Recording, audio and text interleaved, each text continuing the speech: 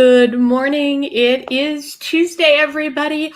Welcome to today's LinkedIn Live and Facebook Live and YouTube Live and everywhere that we stream. It is going to be a fantastic day. Do you feel it? I'm not wearing a turtleneck and a sweater because we are supposed to break 40 degrees today. That is so exciting in Chicago. They're saying it may be the warmest day of the year so far. And I put the dog out this morning and the birds are singing. There may be over 12 inches of snow on the ground, but that doesn't matter. We are hardy out here in the Midwest, and those birds are singing. They can feel the change in the air. All the icicles are dripping, and now we are staring at our roof lines in the house several times a day, looking for leaks from the thawing and freezing and thawing and freezing that is happening right now in all of our gutters. So I certainly hope that none of you are dealing with issues. And of course, our friends in Texas, we need to put our hearts out to you to get through this time that you guys are in as well. But wow. First of all, definitely put a note to me if you have joined me live. We moved things back by a half an hour. So if you looked for me a half hour ago and didn't see it, it is because I'm trying a slightly different time slot, hoping to catch you right when you sit down at your desk and need a little bit of motivation rather than the transfer to the office. Maybe we'll catch some more people this way. I'll tell you, for me, it's a little funny. It's just that half hour. It gives me just enough time to start something else. And then I'm like, oh my gosh, it's 2 minutes till 8. I have to get on live. So I will be adjusting myself. Today's topic is all about the voice and the body, because I came across a new study, an announcement of some research that had been done. And the name of the university is Radboud University. And I didn't really have a chance to look it up. I believe it's in Connecticut. And they did a study, and here's basically what they did. They took some subjects and they had them create a monotone on a note. So basically they just said, while they were moving their arms up and down and all over the place. I'm not sure if they gave them specific places to move their arms, but they were supposed to keep their voice the same, and they moved their arms. Then they had other subjects just listen. And those subjects reported, just from hearing that monotone, what the vocalizer had been doing physically. And they realized that they could pick up tiny changes in the tone and connect it to where their arms are actually moving. They were accurate if they said, well, their arms have gone low or their arms have gone high. They didn't go into a ton of detail on that. It was more the excitement of the findings that your body language is actually heard through the voice. And I'm sure that voice practitioners have known this for a long time. Back when I was studying voice, in like itty bitty, like 10, 11, 12 years old, my voice teacher, when there was a high note, that instead of straining to hit the high note, which young singers, that's what we do, we strain and you see your chin go up. My voice teacher would have me sing the note before and then actually gesture straight forward in front of me in order to kind of tell my brain, don't reach for the note. It's not that high, or, it's even keel to where I was before. A body brain, telling my brain to not stray, that it's cool. You've got this note. And so, we'd be, or whatever, we'd be going straight out. And so we know that this thing occurs. We have this proof, and I'm going to make sure that in the I'm not going to necessarily post it here because I'm not exactly sure still how that works. But I will post it in the show notes at the bottom of the recording of this. I'm going to put the link to the article because it's really easy to read. It's not a university, here are our findings. It's not that. It's a compilation. It's more like a blog, and it's a lot easier to read. So it just looks like this. It's not too much teeny tiny print. But there are a couple things that I want to highlight. So the reason they say it works is because it's the acoustics. And the pitch and volume of the voice change when you move your arms and hands. The lead researcher on this, Professor Wim Pao, said the change is very subtle with a wrist movement. It is less subtle with an arm movement. Sort of makes sense. If you're only moving your wrist versus your arm, more vibrations are going to change, more things are going to happen. The pitch jumps up slightly whenever a movement slows down. Now, that I found super interesting because I would have thought that when you slow down, that your pitch would go down with you slowing down. And so I'm going to need to be experimenting with this a little bit because it's very interesting to me that slower would be higher pitch. There are some different causes why the acoustics change in the voice. And it has to do with vibrations in the body. And now this absolutely makes sense, right?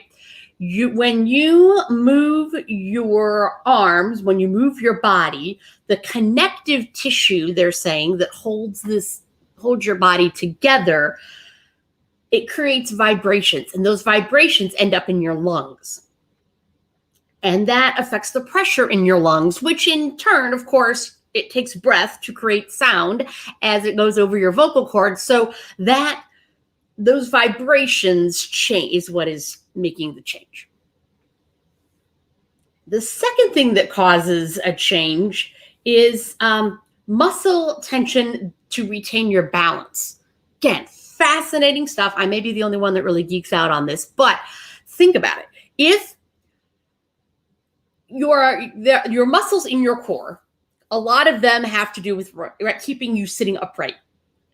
And when we are moving, we are taking ourselves off balance sometimes, and those movements then are going to create more tension, more muscle movement, muscle activity in order to keep you from falling over. Because if you're leaning over this way and you're going to fall over, then there has to be a muscle on the other side that's going to pull you back. And that extra muscle movement changes the voice as well. So is this very subtle? Of course it is. If you're listening to me go,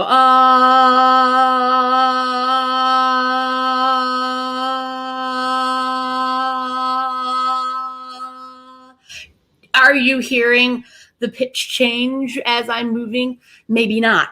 But the coolest part of this is because it's subconscious, everybody, ladies and gentlemen, body movement, our body language that we give and receive is subconscious. So is picking up on that vocal tone. That's also subconscious. You're not thinking to yourself that the pitch is changing. But remember, our subconscious is what's taking us back into our past and is looking for whether we like or dislike the person who is speaking based on past experiences. Once again, if your vocal tone is similar to someone that your listener didn't like, or if they consider you shrill or something, then they're going to be less likely to want to continue the conversation, because vocally, that's one of the reasons why voice work is so important, to have good resonance and to have the ability to change up your voice as much as you want to.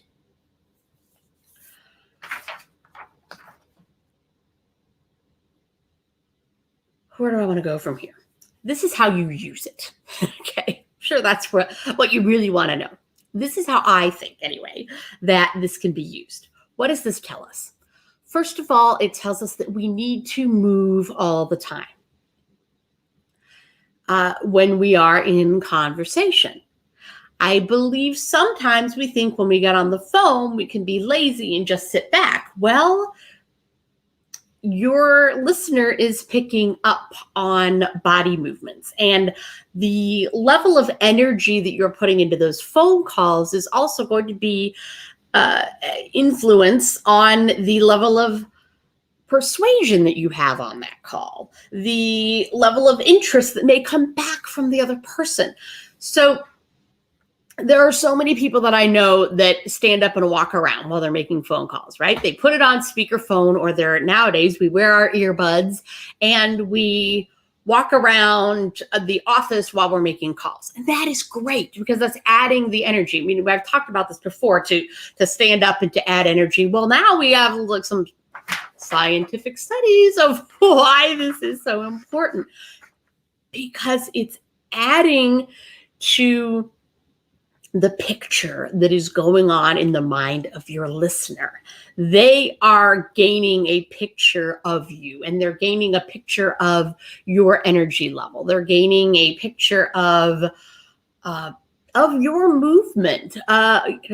Are you using your hands? The hands-free is so important, so that you can gesture with both hands. If you're in a cubicle or something and you can't really walk around, maybe take the call, transfer to the conference room, someplace where you can wander around when you are in the office.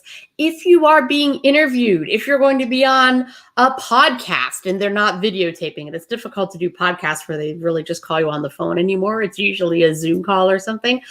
But instead of sticking to one spot, if you can, stand up or raise your computer so that you're standing up. You will gesture more. It's going to come through in your voice, and you're going to sound better on the podcast. Or if you're being interviewed by a reporter. Many of the interviews that I do these days, I just did one yesterday where they sent me questions and I just typed back, and then they choose what they want to use. But one of the interviews I gave last year during the early days of the pandemic was on Zoom communication, body language for the virtual world. And as I was giving the interview, I was wandering all over my living room and dining room, and just talking on the phone that way, because I wanted to have that energy in my voice. And it's easier to let out some of that nervous energy when you're thinking, oh, I'm being interviewed and this is being recorded, and I hope I sound intelligent. I don't want to have too many ums. I don't want to have too many likes. I don't want to have too many so's. And it helps to get that energy out as you're walking around. What's the third thing? So we're going to move all the time. We're going to stand up. We're going to move into the conference room, those sorts of things. And then the other thing is we also need to then prime the body and the voice. Don't only warm up your articulators. If you've taken any of my presentation courses, you know that I talk about the lips, the teeth, the tip of the tongue. Those are your articulators. That is what makes the difference between words. Are consonants, because consonants, if otherwise, we'd only speak in vowels, and that would be strange. So when you are warming up your voice to sound intelligent, to have, again, good range of vocal tone and things for presentations, you also need to be warming up your body. So it is a shame that generally we separate the body and the voice more than we should. How many of you take a yoga class? Yoga classes, they have the music going in the background, but there's generally no sound. going on. You're supposed to be quiet and you're breathing and you're going into these poses and you're warming up your body, but you're not connecting that body to the voice unless it's some kind of thing where they've added humming or something to it. And if they have, kudos, tell your yoga master that I applaud them. Same thing with working out kind of in the gym and stuff, right? Unless you're hearing somebody that's because they're moving heavy weight and they need to make noise, like when those tennis players like Serena Williams and stuff, they're whacking the ball so hard they make sound, right? But otherwise we kind of don't connect to our bodies and sound together. If we're singing, oftentimes everybody's standing still and they're singing, right? They're in choir, they're just standing there and singing, or they're sitting there and singing and using their voice. Or we're sitting on the phone and we're using our voice and we're speaking. Then we're expected to give a presentation and suddenly the body and the voice are supposed to go together magically because we talk all the time. Well, it's a little bit different. So if you're giving presentations, if you are a public speaker, you need to be warming up the body and the voice.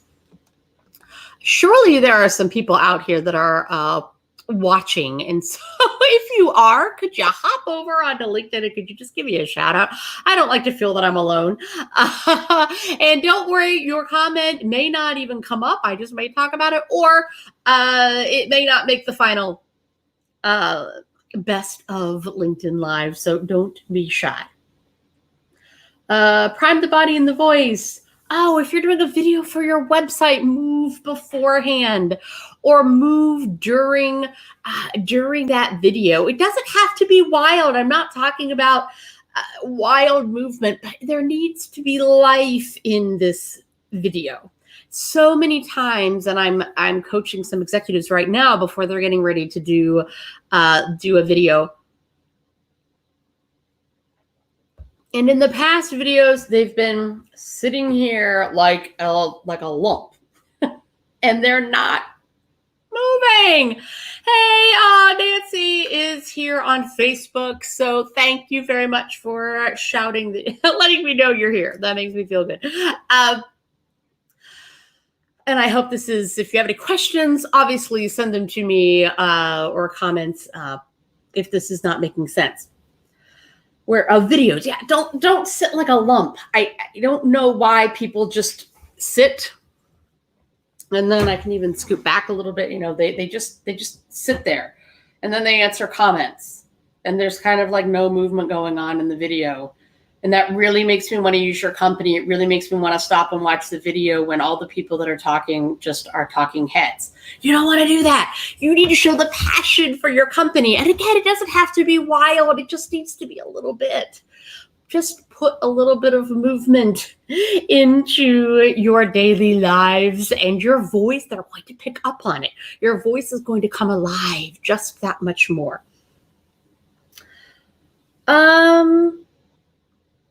Oh, here's the other thing that I was going to talk about today. I do really have notes. See, it keeps me on track. The body-brain connection. Here's the other thing that we know. Now, I was shocked that they said when you, that the voice, what was it, drops? No. The pitch goes up when a movement slows down. That really surprised me. So I'm going to have to look into that a little bit more. One thing that I know from working with people is that the higher your hands generally go, the higher your voice tends to follow. Ladies, this can be an issue for us. We tend to gesture a little bit higher anyway, and then our voice tends to follow with it and go a little bit higher. Therefore, if your outcome, think about what you want the presentation to do, either how you want your audience to feel, or whether you need to inspire them, whether you need to calm the situation down. This is a really fun comment. Nancy says, I've never been accused of being a lump. Good job. Thank you for moving. That makes me feel good because I am, of course, out there telling everybody to get moving a little bit more. But what is it that you want your audience to do after, even if it's just a meeting? Are you out there to inspire them? Are you sharing some bad news? Are you trying to calm the situation from something that had happened the day before? Have in mind what it is that you want to do, because if you need to inspire them, maybe a little bit higher energy or gesturing more, gesturing higher brings in a little bit more excitement. It brings kind of the passion out and things. It's that go team, right? We rise up when we want to inspire. You don't generally see people saying "go team" with their hands down. Go team, go get them. You're not gesturing low for that. However, if you're looking to calm a situation, you probably want to have your gestures a little bit lower. And that slow down, raising the pitch thing is weird, because normally I would tell people to also slow the rate of their voice when they want to calm things down. So I'm going to have to do a little more research on that one. But think about what it is that outcome is, and then you can move your body accordingly, whether you're live in front of them or not. And so many times we have these conference calls where some people are in the room and some people are offsite, and they're just coming through the speaker in the middle of the table. And that's where you really can use this to your advantage, because you can physically show the excitement or your passion for what it is that you are talking about to the people in the room. But when you're moving, then it's also going to come through your voice, and it's going to resonate with the people at home or wherever they are at other offices around the world. And I want you to also think back to people that you know really well. I think as we're talking on the phone to them, we are in our minds, we're seeing them, right? We can envision what is happening. My husband's a pacer. He tends to go back and forth when he's talking.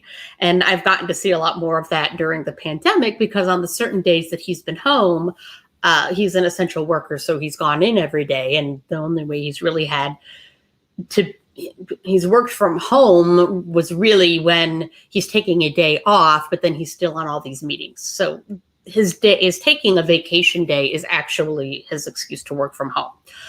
But he's pacing kind of back and forth as he's talking on these calls. He needs to be moving. And I picture him then, he's also been away, traveling every week to a different facility in a different state for the last couple of months. And so at night when we talk to one another, in my head, I know he's basically pacing around the hotel room. If he's not in the car, going to get dinner at 8 or 9 o'clock at night when he finally leaves the office, because he's a workaholic, and he doesn't have us to come home to, so he can give in to those tendencies of staying at the office so long. But if he's in the hotel room, in general, I know he's moving around, and I can sort of hear that, and I can sense it. I can hear papers rustling, or I can hear him packing up if it's a Thursday night and he's going to be checking out on Friday to come home. I know that he's moving around and that he's doing something. He has a really hard time just sitting still. So we see that in our heads. The same thing with your coworkers. You get a vision of them if you know them pretty well. And it's, even if you don't know the person very well, what I'm taking from this study is that we're still getting an idea in our head of how they move and whether we like them or not, if because we're going to have sort of a preconceived notion when we see them then, based on their voice, maybe how they're going to be moving. Isn't that fascinating that we're going to have to give people a little bit more benefit of the doubt, I think, even more so because of those biases that we're bringing with us about voice. Not only do we have biases about how people move, but we also have biases about that, that cringy professor that had a voice that you just couldn't stand, or the nosy neighbor that talked in a certain way. So this is really interesting stuff, and I want us to really think about, even from the body language side of it, how that is affecting the voice. Nancy made a good comment here. Let me read. Ooh, this is a great question. I'm going to go ahead and show it so everybody can read it. Nancy's saying that I've noticed that I seem to give greater credence to deeper women speaking voices than higher. Is that a common perception or just my personal bias?